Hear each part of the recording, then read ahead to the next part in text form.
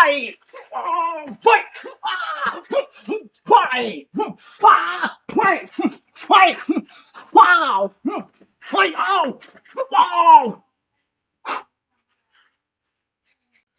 Right. Good morning පුතා. අද ඔයාලට මම දාලා ඇති බලන්න පුළුවන් third lesson එක. තුන්වෙනි lesson එක. මේකේ මම පොඩි විග්‍රහයක් කරන්න. ඉංග්‍රීසියෙන් අපි lessons කියලා කුන්ෆු වලදී හඳුන්වනවා. මේක කරාටේ වල කාටාස් කියනවා, forms කියලා කියනවා අපි ඉන්ටර්නැෂනල් මට්ටමින්. ඒකයි. කොහොම වුණත් පුතා මේ දේ කිව යුතුයි. මේ lessons එකක් කියන්නේ මම ගොඩක් දුරට අවධානය යොමු කරන්නේ මේ punch ගැන නෙමෙයි.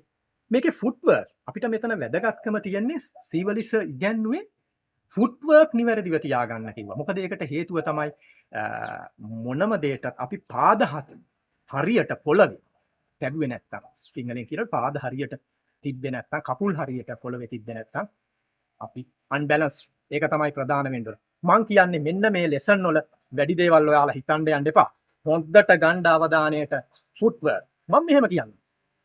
බිල්ඩින් එකක් වුණත් හොඳට බිල්ඩ් අප් වෙන්න නම් ෆවුන්ඩේෂන් හොඳ වෙන්න ඕනේ. ගහක් වුණත් හොඳට ඒක අතුපතර විහිදිලා හැදෙන්න නම් මොකද වෙන්න ඕනේ? හොඳ මූල පද්ධතියක් ඕන. ඒ වගේ තමයි තවත් හොඳ උදාහරණයක් දෙනවා නම් ලෝකේ මම පොඩි ප්‍රශ්නයක් අහනවා ඉක්මනින්. ලෝකයේ හොඳම ෆවුන්ඩේෂන් තියෙන එක මොකක්ද බෙස්ට්?